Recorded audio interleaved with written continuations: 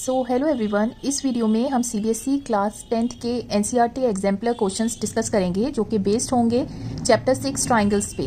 तो इससे पहले भी मैंने और क्वेश्चंस इसी चैप्टर के डिस्कस किए हैं अपनी शॉर्ट वीडियोस में। उन सभी क्वेश्चंस का लिंक आपको इस वीडियो के डिस्क्रिप्शन में मिल जाएगा, तो आप उन क्वेश्चंस को भी देख सकते हैं। राइट, सिंस ये क्वेश्चंस थोड़े लेंदी हैं इसलिए मैं लॉन्ग वीडियो में इन्हें डिस्कस कर रही हूँ। सो स्टार्ट करते हैं क्वेश्चन नंबर 1 से। In figure PA, QB, RC and SD means PA, QB, RC और SD are all perpendiculars to a line L। मतलब ये हुआ कि ये एक लाइन गिवन है L और ये सब क्या है, परपेंडिकुलर्स हैं। परपेंडिकुलर मतलब ये जो एंगल बना रहे हैं ये 90 डिग्री है। और आपको आगे गिवन है कि AB जो है वो 6 सेंटीमीटर है, BC 9 सेंटीमीटर और CD 12 सेंटीमीटर। और गिवन है कि SP जो है वो 36 सेंटीमीटर है। SP मतलब कि अगर आप इसको ज्वाइन करें तो ये पूरी लेंथ कितनी है, 36 सेंटीमीटर है। राइट, आपको मालूम क्या करना है, PQ ये डिस्टेंस, QR ये डिस्टेंस और RS। राइट, तो देखिए क्या लॉजिक यहाँ पे यूज़ होगा कि ये जो लाइन है परपेंडिकुलर लाइंस है, ठीक है, तो जो रेशियो इनका है इन तीनों का वही रेशियो जो है वो इन तीनों का होगा। राइट, तो हम ये लिख सकते हैं कि AB is to BC is to CD, इसका जो भी रेशियो होगा। तो देखिए किसी कॉमन नंबर से कैंसिल हो रहा है, यस 3 से हो रहा है, तो आप इसको लिख सकते हैं 2:3:4। राइट, तो लॉजिक क्या है कि ये जो रेशियो है PQ is to QR is to RS ये इस रेशियो के बराबर होगा। ऐसा क्यों होता है, यहाँ पर हमें ये प्रूफ करने की ज़रूरत नहीं है, मैं आपको हिंट दे देती हूँ। आप बेसिक प्रोपोर्शनैलिटी थ्योरम से इसको प्रूफ कर सकते हैं कि ये रेशियो सेम होगा। बट ये शॉर्टकट आप याद रखिए कि जब भी किसी लाइन पे परपेंडिकुलर्स ड्रॉ करी गई हैं तो ये रेशियो नीचे का और ऊपर का सेम होगा। राइट, और तो आप यहाँ से कह सकते हैं कि PQ क्या है, 2 into some constant 2K, QR क्या हो जाएगा 3 इंटू कॉन्स्टेंट और RS हो जाएगा 4 इंटू कॉन्स्टेंट। ठीक है, और इन तीनों का सम क्या है, सेंटीमीटर। राइट, इन तीनों को ऐड करिए, 36 सेंटीमीटर गिवन है। इनकी वैल्यू पुट कर दीजिए, 2 is nothing but 9K is 36 and K is 36/9 that is 4। Right, तो आप यहाँ से कह सकते हैं कि PQ क्या हो गया, 2 into K 2 into 4 that will be 8 centimetre और QR क्या हो जाएगा 3 into K that is 12 centimetre और RS हो जाएगा 4 into 4 and that will be 16 centimetre. So यही लेंथ आपको फाइंड करनी थी। Right, move on to question number 2।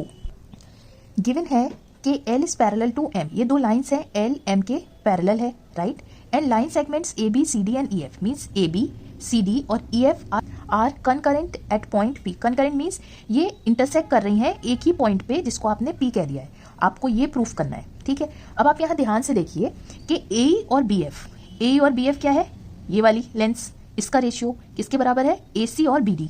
AC क्या है, ये पूरी लेंथ और BD क्या है, ये पूरी लेंथ। राइट, और CE और FD मीन्स ये वाली लेंथ का रेशियो, ये सब इक्वल प्रूफ करना है।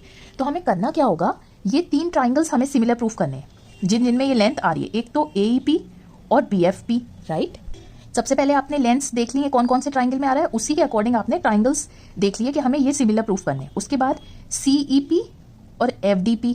राइट, और तीसरा कौन सा ट्राइंगल होगा, हमें AC चाहिए और BD चाहिए, तो ये पूरा ट्राइंगल CAP और DBP। राइट, अब देखिए सिमिलर कैसे प्रूफ करें इन दोनों ट्राइंगल्स को। तो देखिए ये वाला एंगल और ये वाला एंगल तो वर्टिकली अपोजिट एंगल है तो इक्वल होंगे।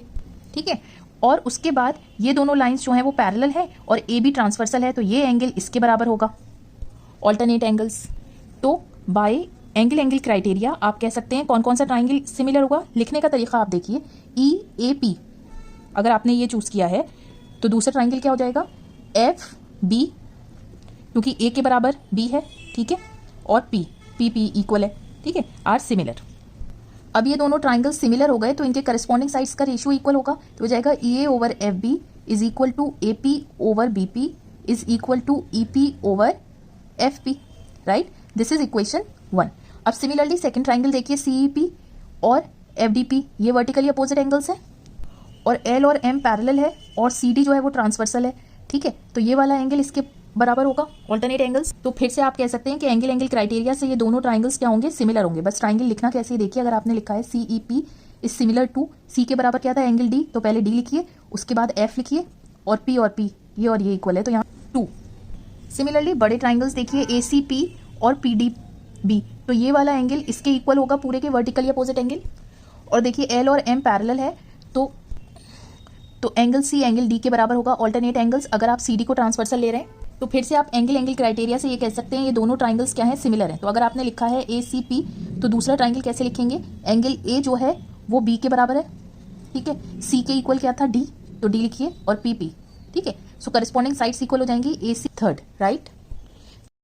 सो अब आप इक्वेशन 1, 2 और 3 ध्यान से देखिए। तो आप लिख सकते हैं कि फ्रॉम इक्वेशन 1, 2 एंड 3, बस इस वीडियो में यही 2 क्वेश्चंस रखेंगे। आगे और क्वेश्चंस मैं अपनी नेक्स्ट वीडियो में कराऊंगी इसी चैप्टर के। उम्मीद करती हूँ कि ये क्वेश्चंस आपको समझ आए होंगे, वीडियो अच्छी लगी होगी। अगर वीडियो अच्छी लगी तो प्लीज़ वीडियो को लाइक ज़रूर कीजिए और लोगों के साथ शेयर कीजिए। And don't forget to subscribe to my channel to stay in touch with more such updates. Till then take care, stay safe.